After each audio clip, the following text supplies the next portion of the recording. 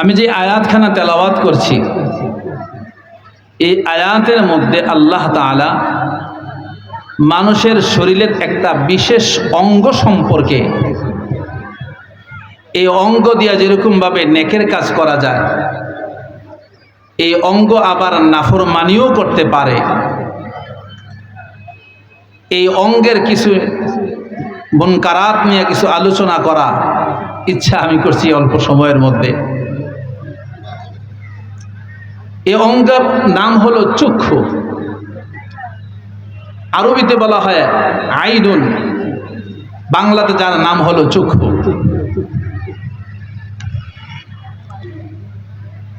আল্লাহ তাআলা এই চক্ষুর ব্যাপারে এই আয়াতের মধ্যে সুস্পষ্টভাবে আলোচনা করেছেন।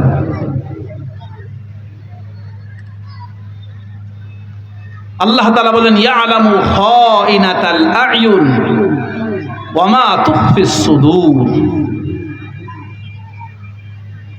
আল্লাহ তাআলা তোমাদের চোখের খেয়ানত, চোখ দ্বারা যত নাফরমানি হয়, দুনিয়ার কেউ যদি না দেখে,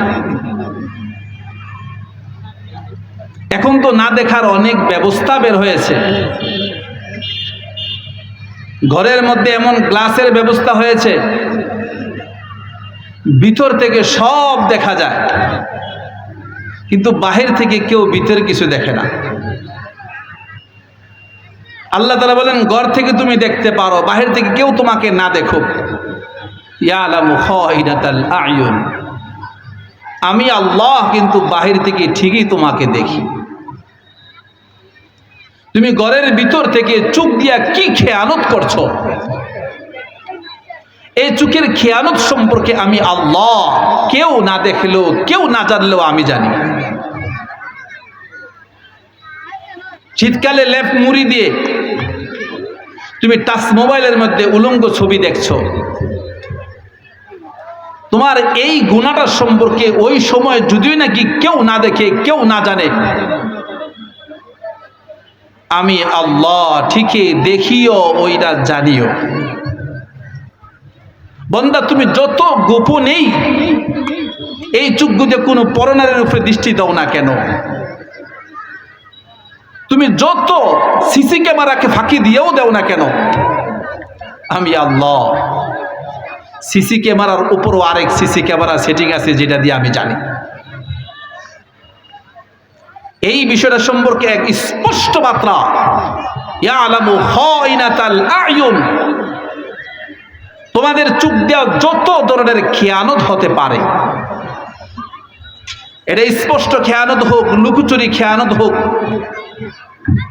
এই সব খেয়ানত আমি আল্লাহ জানি জানি জানি।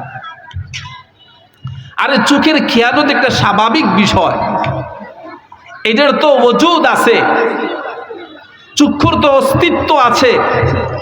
এই চক্ষু তো সবাই দেখে, চক্ষু তো দেখতে শরীরের একটা বাহ্যিক অঙ্গ। এই অঙ্গের খেয়ানতকে আমি দেখবো না, আমি জানবো না, এর চেয়েও মারাত্মক আরেকটা অঙ্গের খেয়ানতও আমি জানি, যেই অঙ্গ সম্পর্কে দুনিয়ার কোনো মাইক্রোস্কোপ, দুনিয়ার কোনো যান্ত্রিক ব্যবস্থায় যে অঙ্গের কোনো রিপোর্ট মানুষই নিতে পারে না, যে অঙ্গকে কোনো যত ধরনের উন্নত যন্ত্রই হোক না কেন, যেটাকে পরীক্ষার আওতায় আনা যায় না, আরে ওই অঙ্গর খবরও তো আমি আল্লাহর কাছে আছে। ইয়ালামু খাইনাতাল আয়ুন, যেমনই ভাবে আমি চোখের অপরাধকে জানি। ওয়া মা তুখফিস সুদূর, তোমার অন্তরের গোপন রহস্যগুলোও, তোমার অন্তরে কি কথা ওঠে আর পড়ে, তুমি কি দিয়া ভাবো, তোমার অন্তরের কুভাবনাগুলো আমি আল্লাহ জানি। আমার জানা থেকে তোমার অন্তরের কোনো অপরাধ একটাও বাকি নেই। ছোট থেকে ছোট, বড় থেকে বড়, যত ধরনের অপরাধ তোমার অন্তর করতে পারে, তোমার অন্তর তোমার বালেগ হওয়ার পর থেকে মৃত্যু পর্যন্ত ভালো এবং খারাপ যত ভাবনাই ভেবেছে সব ভাবনা আমার কাছে রেকর্ড আছে। হাদিসে পাকের মধ্যে আসছে, যখন বান্দা ওই অঙ্গ সম্পর্কের অপরাধ সম্পর্কে অস্বীকার করে বসবে, আল্লাহ তাআলা তার কলবকে চিরে দিবেন, চিরে দেখাই দিবেন, দেখো তুমি কয়টার সময় কোন ভাবে কোন সময় কাকে নিয়ে ভাবছো, এই দৃশ্য দেখো। আল্লাহ তাআলা দেখাই দিবেন তাকে।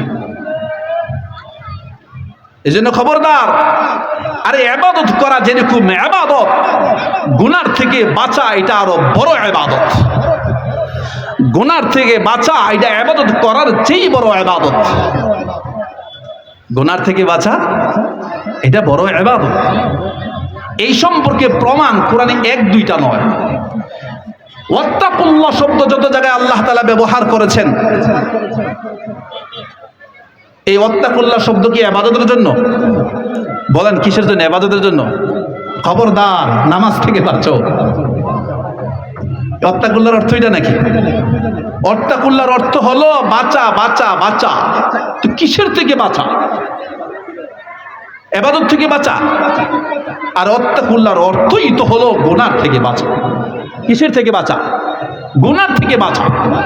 আর আল্লাহ জান্নাতের যত সুসংবাদ দিয়েছেন, জান্নাতের যত নাজ নিয়ামতের ওয়াদা আল্লাহ করেছেন, এই সমস্ত সুসংবাদ আর ওয়াদা আল্লাহ রেখে দিয়েছেন তাকওয়ার সাথে, ওয়াত্তাকুল্লাহর সাথে, আল্লাহর ভয়ের সাথে।